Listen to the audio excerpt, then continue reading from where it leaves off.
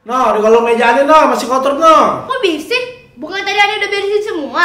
Ya, namanya juga sampah. Siapa yang buang? Ya aneh lah, salah print, jadi banyak kertas yang dibuangin. Ente yang buang, kenapa aneh yang beresin? Kan ente cleaning service di sini. Aneh kerja 1 kali, abis subuh aneh beresin semua. Nah, terus kalau ada yang kotor? Saya sendirilah, ngapain buang sampah? Ya, kagak bisa begitulah. Namanya juga orang kerja, pasti ada sampahnya.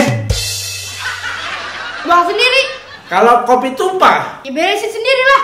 kalau mau makan, Ya beli sendiri. kalau udah beli. Ya ayo bang, kita makan bareng bang. Enak aja, ente di dalam makan aja mau bareng. Bang, jadi orang itu jangan serakah, kudu berbagi. Ente jangan malu-maluin aneh kepala lurah deh. Emang aneh kagak pakai baju? Di kantor itu jangan ada yang kotor, terutama ruangan palura. Aneh kan udah beresin, siapa suruh kotorin lagi? Nama aneh yang jadi taruhannya.